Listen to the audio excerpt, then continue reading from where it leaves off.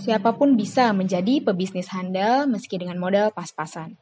Kalimat tersebut sesuai dengan kisah perjalanan pebisnis sukses yakni Medina Zain. Sebenarnya sih awal bisnis kepikiran buat jadi entrepreneur enggak awalnya, karena aku kan lulusan kebidanan. Terus background keluargaku juga kesehatan semua.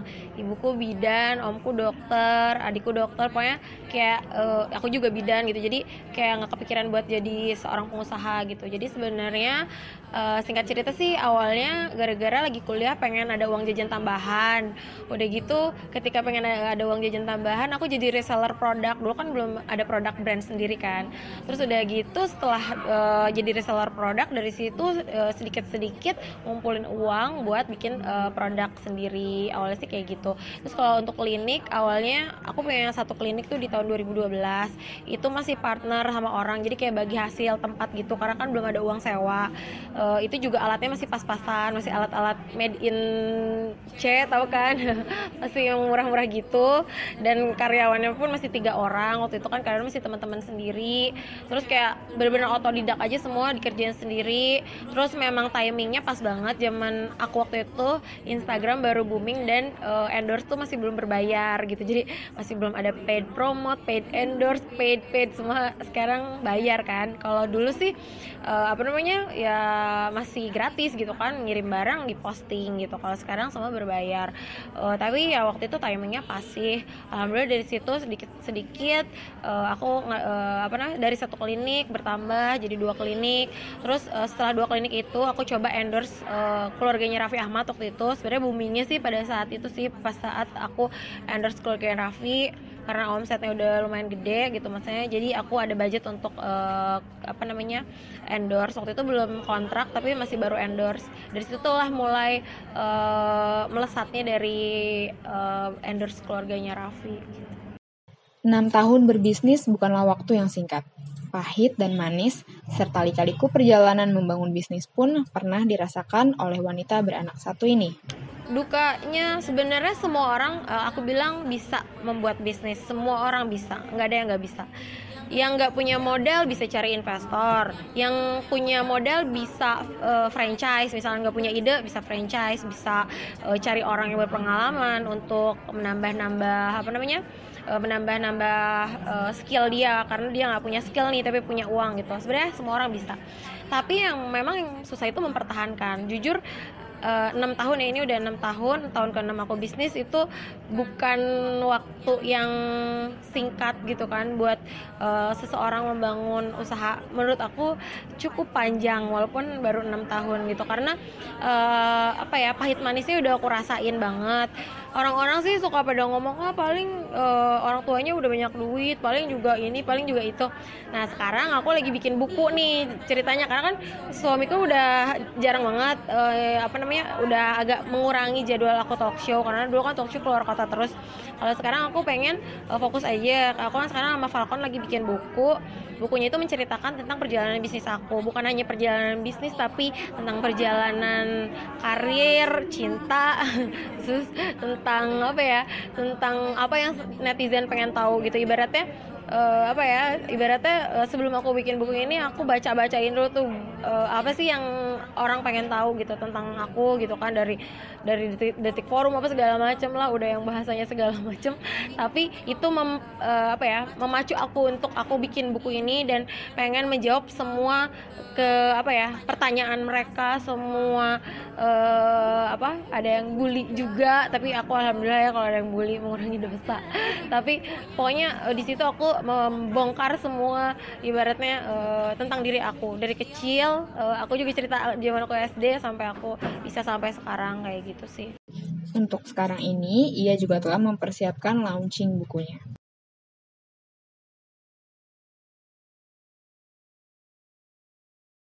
Terus ini bukan aku bareng sama Falcon. Terus ya mudah-mudahan aja jadi inspirasi buat kaum milenial yang sekarang gitu kan, yang mau merintis bisnis.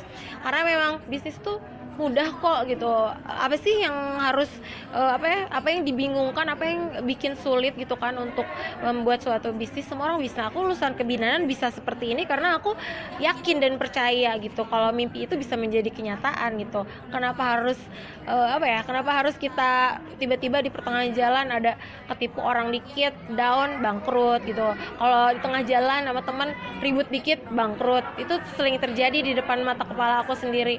Dan di bisnis aku pun sama. Aku namanya ditikung saudara, ditikung teman, itu udah hal yang biasa dalam bisnis. Orang nggak bisnis aja ditipu gitu, apalagi orang bisnis gitu kan. Jadi aku sih percayalah rezeki nggak akan ketukar lah. Allah udah udah menyamaratakan semuanya dengan porsinya masing-masing. Begitupun sama rezeki di dalam bisnis ini. Makanya 6 tahun berbisnis ini, satu tahun 2 tahun pertama wajar lah aku takut sama kompetitor. Si ini buka ini, si ini beli ini, si ini. Tapi capek jadinya, aku fokusnya sama kompetitor, nggak fokus sama bisnis aku sendiri. Terus untuk apa gitu kan? Alhamdulillah kan sekarang aku udah ada 300 karyawan. Nah 300-an lah karyawan.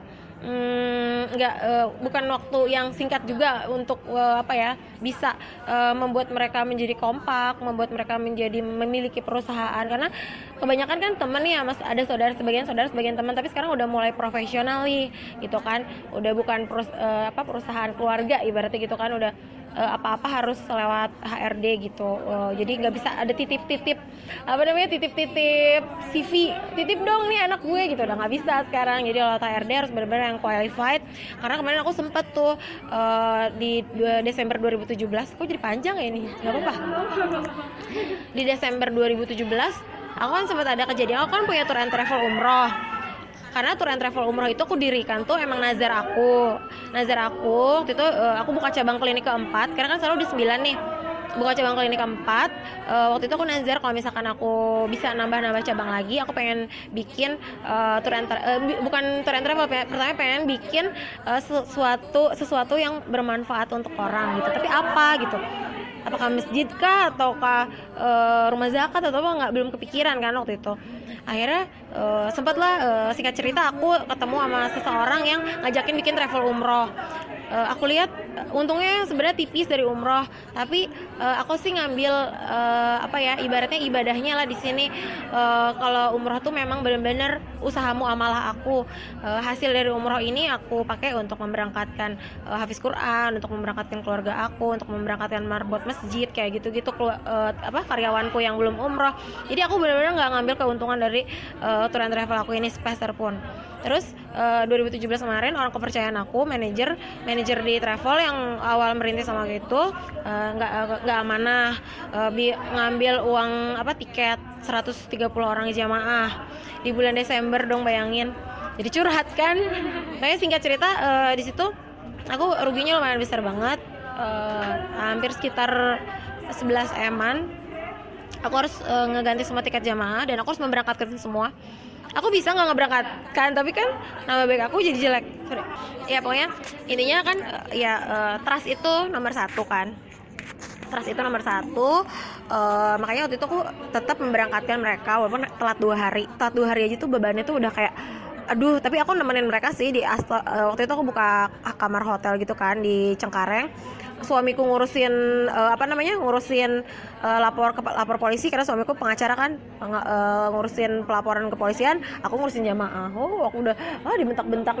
Tapi 2 hari mereka berangkat, alhamdulillah aku tenang, walaupun memang aku harus mengganti uang yang nggak aku pakai gitu kan sekarang banyak banget travel umroh tuh yang bermasalah ya kan, nggak usah sebut, tapi kita ya udah gitu kan, ada beberapa ya karena umroh tuh uang panas, ibaratnya uang titipan, benar-benar orang tuh nitip uang buat mereka ke tanah suci.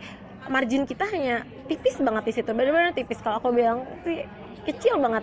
Tapi ya aku bersyukur, alhamdulillah aku punya karyawan travel umroh yang kompak. Mereka ketika kejadian itu mereka kompak, mereka support aku, mereka juga mereka kayak kayak membuat aku bisa bangkit lagi, karena aku mikirnya aduh udahlah gue tutup aja gitu. Tapi karena alhamdulillah kan ada klinik, ada yang lain bisa kebantu untuk aku menutupi semua itu. Walaupun memang aku hilang, harus menjual ini menjual itu, tapi ya sudahlah, evaluasi diri aja. Mungkin ada hal-hal 5 tahun ini mungkin aku masih kurang zakatnya atau apa gitu. Jadi aku positive thinking aja sama Allah. Jadi akhirnya kejadian itu aku jadikan pelajaran. Orangnya udah masuk di penjara, ya sudah aku lupakan saja. Dan aku juga nggak berharap uang itu kembali dari dia gitu.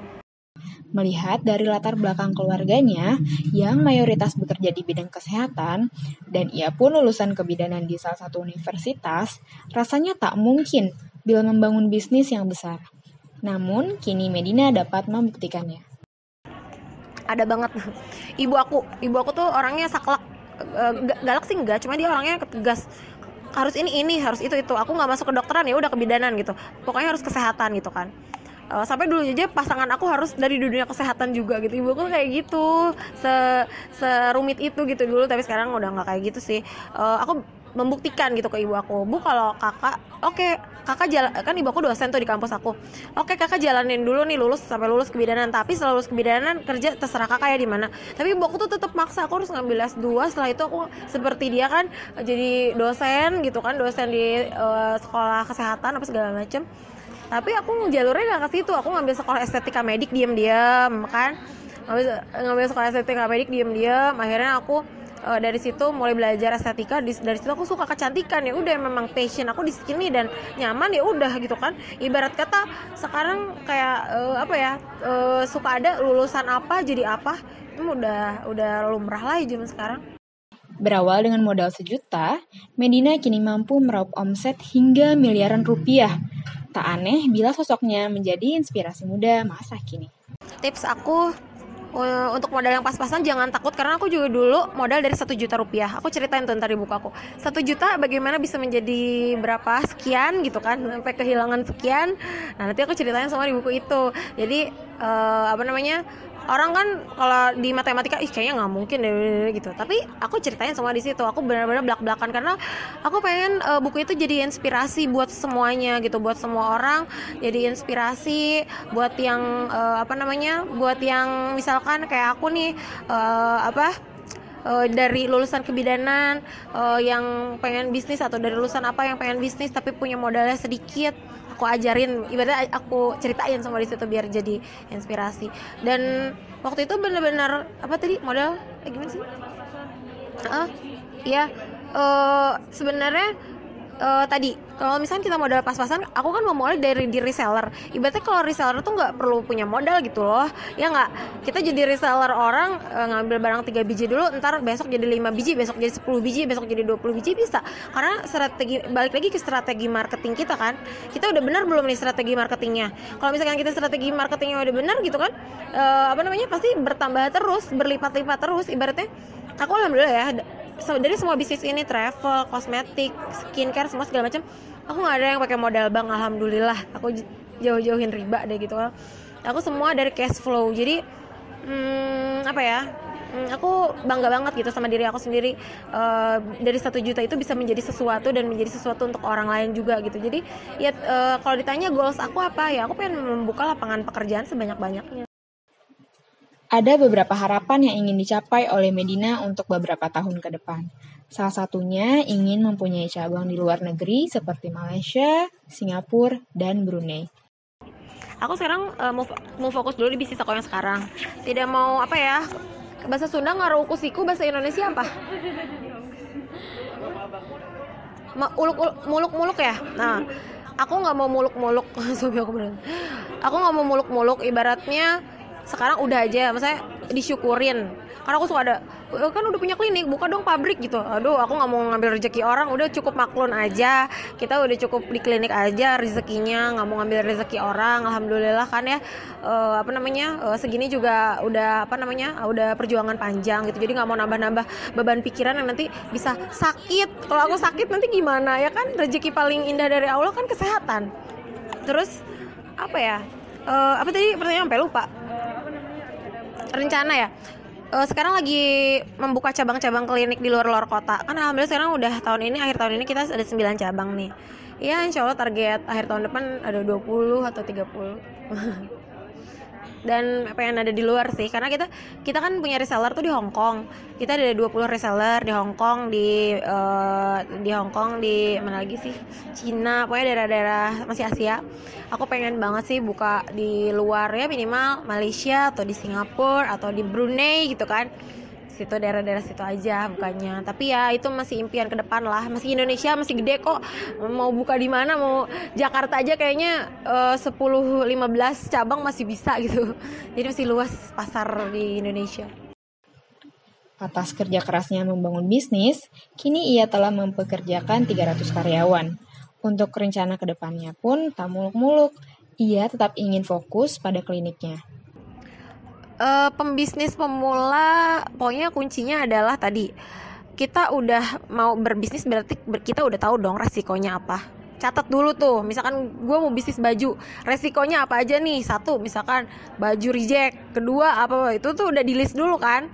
Nah itu kita harus tahu dulu resikonya apa, passion kita apa. Satu, passion kita apa. Kedua, resikonya apa aja. Ketiga, kita punya budget berapa tadi kan, punya budget berapa. Keempat, strategi bisnisnya apa gitu, mau A ke B, B ke C, ya pokoknya itu harus udah benar-benar matang dulu gitu. Kalau udah itu ya jalannya jangan langsung pengen ngebut, nggak bisa kan, pelan-pelan dulu. Kayak aku juga karyawan 3 tiba-tiba jadi 300 kan, itu bukan tiba-tiba aku ngerekrut 300 orang dalam waktu sekejap kan gitu. Pasti kan satu dulu, nambah satu, lama-lama ini kok kantor makin sempit. Udah nggak ada space, kita kayaknya butuh kantor baru gitu kan. Itu lama-lama kita udah bisa, karena kita udah bisa bertahan tuh tadi, karena kita udah bisa bertahan, kita semakin lama semakin udah kuat gitu, diterpa apapun.